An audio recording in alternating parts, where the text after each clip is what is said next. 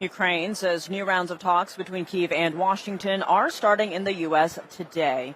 Secretary of State Marco Rubio explains where things stand in the ongoing peace process. NTD's international correspondent Arian Pazdar has more.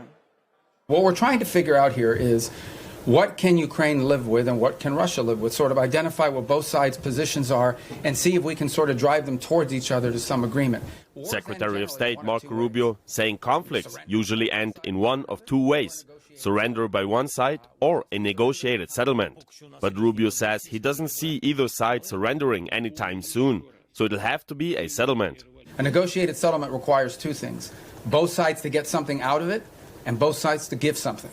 And we're trying to figure out what can Russia give and what do they expect to get, what can Ukraine give and what can Ukraine expect to get.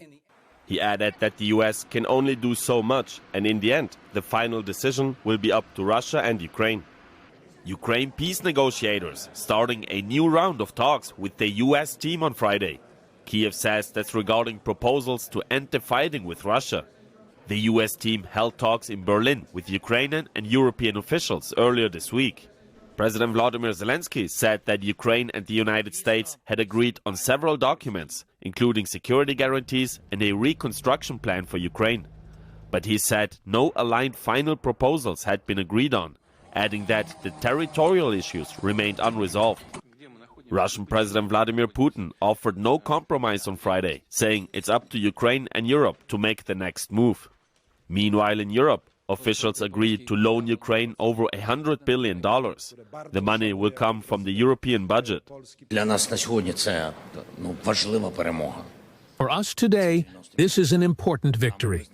This is a signal to the Russians that there is no point in them continuing to fight, because we are supported financially, which means we will not crumble at the front. Most European nations wanted to use frozen Russian assets to aid Ukraine, but such a loan has never been provided before. It turned out to be too complex and politically demanding to resolve at this stage. Russian President Vladimir Putin says the move would amount to theft. No matter what and how they steal, they will need to give it back at some point. Besides, we will defend our interests in courts. Possible legal repercussions were precisely one of the main reasons why Europe didn't move ahead with the plan. But there might still be another attempt in the future. Arian Pazdar, NTD News.